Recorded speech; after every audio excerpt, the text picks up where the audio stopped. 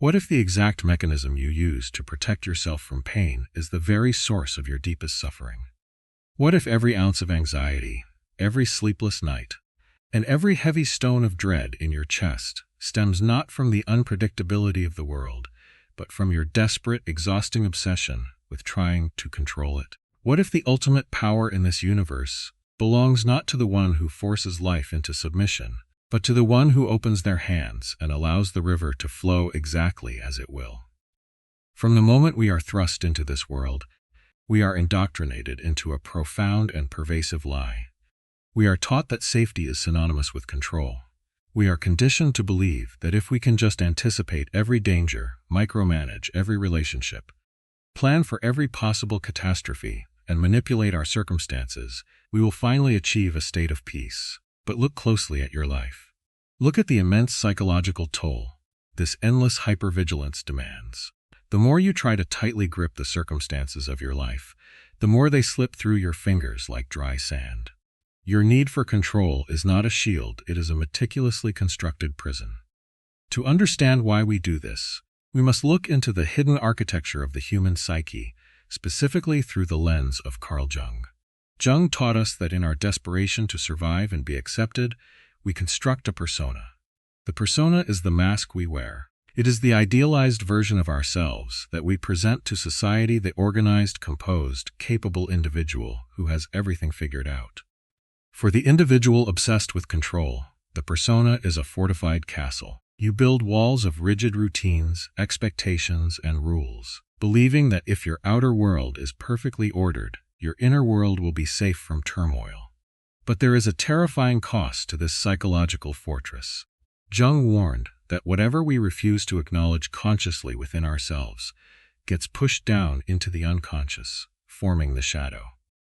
When you exclusively identify with the persona of the master controller, you actively repress your vulnerability, your uncertainty, and the chaotic, untamed nature of your own soul. You push the wildness of existence into the dark. And the iron law of depth psychology is this: whatever you repress multiplies in the dark. The harder you try to maintain absolute order in your conscious life, the more your shadow manifests as an overwhelming, irrational terror of the unknown. This is why the most controlling individuals are often the most deeply anxious. Their shadow of chaos is constantly threatening to break through the walls of their carefully curated persona. They are terrified because, deep down, the ego knows the truth. Control is a total illusion. You do not control the beating of your own heart. You do not control the spinning of the earth. You do not control the thoughts and actions of other people. When this realization finally cracks the armor of the ego, it feels like a psychological death. But it is, in fact, the only path to true awakening. This is where the profound, ancient wisdom of Taoism steps in to offer us a way out of the fortress. Over 2,000 years ago, the sage Lao Tzu observed the natural world to understand the mechanics of reality. He realized that nature never rushes, never forces, and never tries to aggressively control its environment, yet everything is flawlessly accomplished. This is the principle of Wu Wei, often translated as effortless action or non-action.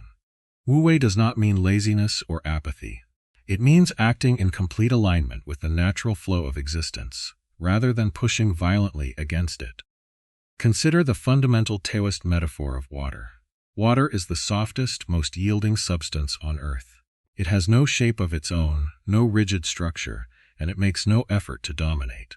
When water encounters a massive boulder in the riverbed, it does not argue with the rock. It does not become anxious about the rock. It does not try to aggressively smash the rock out of its path. It simply accepts the reality of the obstacle and flows fluidly around it. Yet, over years and centuries, it is the soft, yielding water that carves through the solid stone. The rigid breaks, the yielding survives.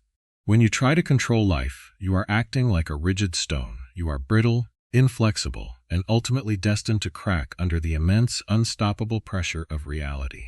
When you let go, you become like water. You adapt, you flow, and you acquire an invincible strength.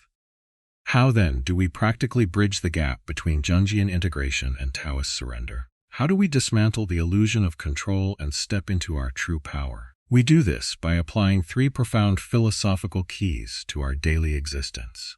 Key number 1: the conscious surrender of the mask. You must begin to realize that your persona need to look composed, flawless, and in charges draining your life force. You must give yourself permission to not know. When a crisis arises, or when the future appears dark and illegible, notice the immediate violent reflex of the ego to jump in and fix it, to plan, to agonize. Catch that impulse. Pause and consciously say to yourself, I do not know what the outcome will be, and I am willing to exist in this uncertainty. By doing this, you are withdrawing psychological energy from the rigid persona. You are allowing the walls of the fortress to lower. You are no longer fighting the reality of your own vulnerability. You are accepting it, and in that acceptance, the immense anxiety of trying to play God begins to evaporate. Key number 2. Embracing the void. In Zen Buddhism, there is a central concept known as sunyata, or emptiness. In the West, we are terrified of emptiness. We fill our time with endless distractions, noise, and manic productivity because we are terrified of the empty space where we are forced to sit alone with ourselves. The controlling mind hates the void because the void cannot be manipulated. But true psychological liberation requires you to step into that emptiness. When your plans completely fall apart, when a relationship ends, when a massive disruption shatters your carefully constructed life trajectory, your default reaction is panic. You view the disruption as a catastrophic failure. But what if this disruption is not a punishment, but a clearing? What if the universe is violently sweeping away the rigid structures of your life to create the empty space necessary for something far more magnificent to emerge? You must learn to sit quietly in the ruins of your own expectations. Do not rush to immediately rebuild the walls. Sit in the discomfort of the void. As Carl Jung noted, the unconscious holds the seeds of our future development. But those seeds can only grow in the dark, fertile soil of the unknown. If you keep paving over the soil with your obsessive need for predictability, nothing new can ever grow. Key number 3. Radical alignment with the present reality. The ego loves to argue with what is. It generates immense suffering by constantly repeating, this should not have happened, or they should not have done that. This is the psychological equivalent of trying to punch the river to make it flow backward. It is absolute insanity, yet we do it every single day.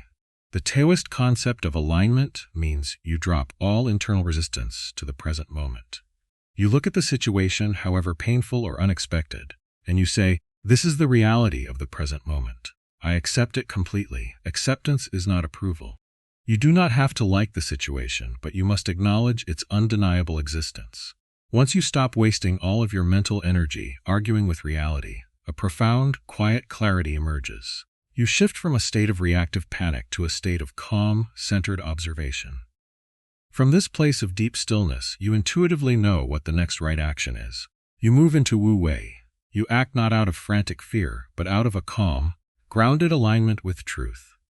This is the ultimate process of individuation that Jung spoke of, the merging of the conscious and the unconscious, the harmonizing of the light and the dark. You stop fighting your own inner chaos and instead invite it to the table. You integrate your shadow by accepting your utter powerlessness over the external universe. And here is the beautiful, mind-bending paradox at the core of all depth psychology and Eastern mysticism. It is only when you completely give up the desire to control the outside world that you gain absolute mastery over your inner world. When you no longer require life to be predictable in order to feel safe, you become fundamentally untouchable.